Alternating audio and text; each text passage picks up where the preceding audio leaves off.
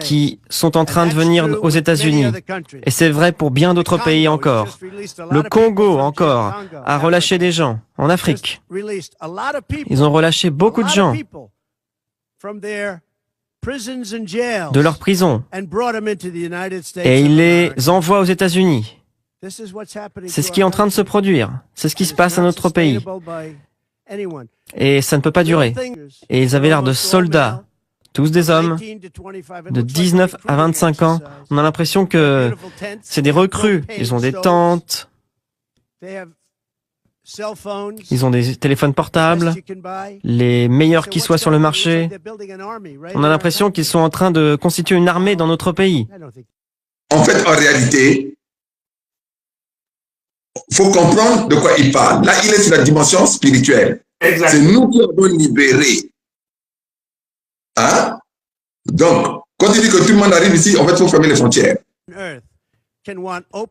Qui voudrait que les frontières soient ouvertes pour que nous soyons submergés par des gens de pays inconnus, d'endroits que nous ne connaissons même pas, de langues dont on n'a jamais entendu parler même.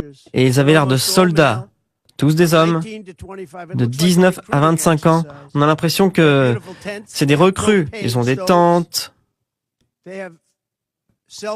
ils ont des téléphones portables, les meilleurs qui soient sur le marché.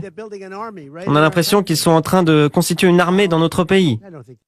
Il est sur deux dimensions. Il est sur la dimension, certes, de la guerre physique, mais il est également sur la dimension de la guerre spirituelle. Parce que quand il parle des prisonniers du Congo qu'on a libérés pour venir aux États-Unis, qui sont en train de venir aux États-Unis.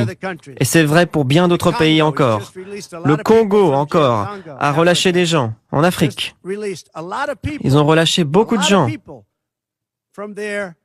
de leurs prisons et ils les envoient aux États-Unis. C'est ce qui est en train de se produire. C'est ce qui se passe à notre pays. Et ils avaient l'air de soldats, tous des hommes de 19 à 25 ans. On a l'impression que c'est des recrues. Ils ont des tentes, ils ont des téléphones portables, les meilleurs qui soient sur le marché. On a l'impression qu'ils sont en train de constituer une armée dans notre pays. Il dit ils ont libéré des prisonniers là-bas qui vont venir chez nous. Mais en fait, en réalité, nos ancêtres sont déjà là-bas et ils se tiennent debout. C'est-à-dire, eux-mêmes, ils savent, y compris à leur Maison Blanche.